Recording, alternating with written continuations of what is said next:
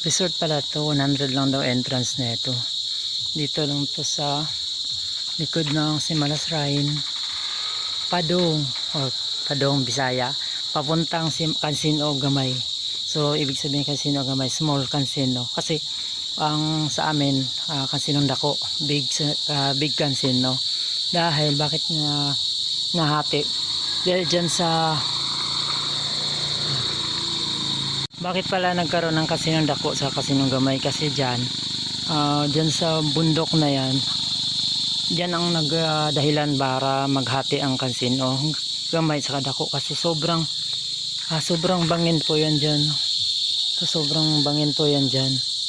Hindi po yan nadadaanan. Ito lang talaga ang pwedeng daanan papunta doon sa Casino Gamay. So, dito, unti-unti nang dumami ang mga establishment. Nagkaroon na ng mga coffee, ayun ang cafe Malaya, saka magkaroon pa ng marami yan dahil dyan sa baba yan ang Simalas Shrine, likod nyan. Dito sa baba marami na ditong mga binakuran. So ito magiging, sa tingin ko magiging resort dyan sa baba. Ayan may bakod dyan, so magkaroon ng resort dyan. Ito kasi lugar namin, napakabundok, napaka-rare ang lugar nito. Dito, di yan nadadaan ng mga bundok na yan.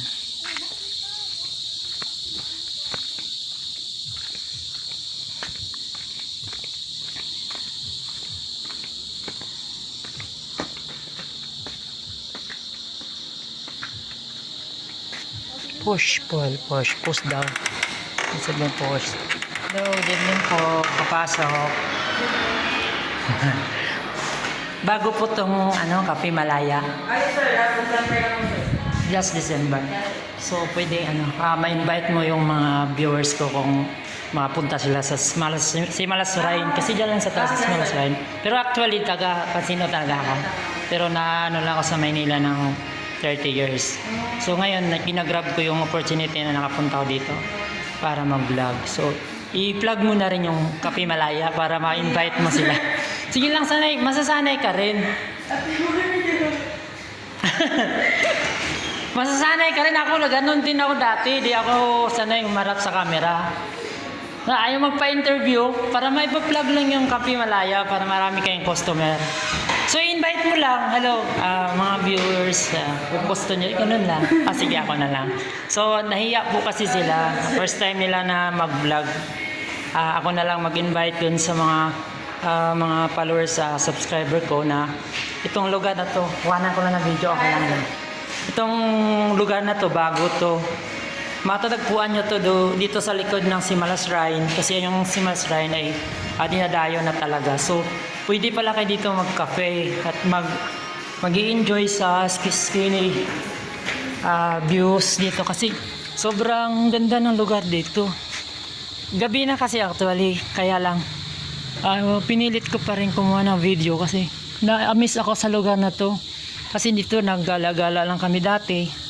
Hindi namin expect na magiging tourist spot itong lugar na to. So makita nyo dyan sa baba, napakataas, sobra. Di mo kaya, mahulog lang itong cellphone ko, di na to kaya makuha dyan. Pero yan ay lagi namin nilalakad to noon. Marami pang landslide dyan, pero ngayon hindi na kasi sobrang dami na ng mapuno. Yan sobra po dyan. Grabe may mga fog na. So pag gusto talaga nyo pumunta rito, pumunta lang kayo, pumasok lang kayo sa dulo ng Simalas Shrine at mahanap nyo na tong Cafe Malaya. Dito walang tao, kami lang.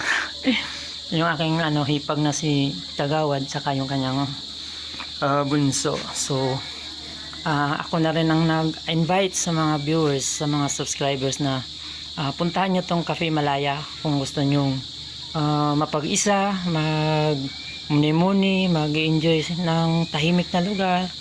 Ito napakaganda, parang Tagaytay. So kung mahilig kayo sa Tagaytay dito, pwede na kayong mag-Tagaytay. Sa Cebu po ito. So dyan po may mga resort dyan, may swimming pool, mura lang, 100 entrance. So kahit pa gabi na, ini-enjoy ko pa rin itong pagbablog at mga bagong lugar, bagong hides para sa mga gustong mag-enjoy, mag-muni-muni. Ayan. So, thank you very much. Sana mapunta nyo to.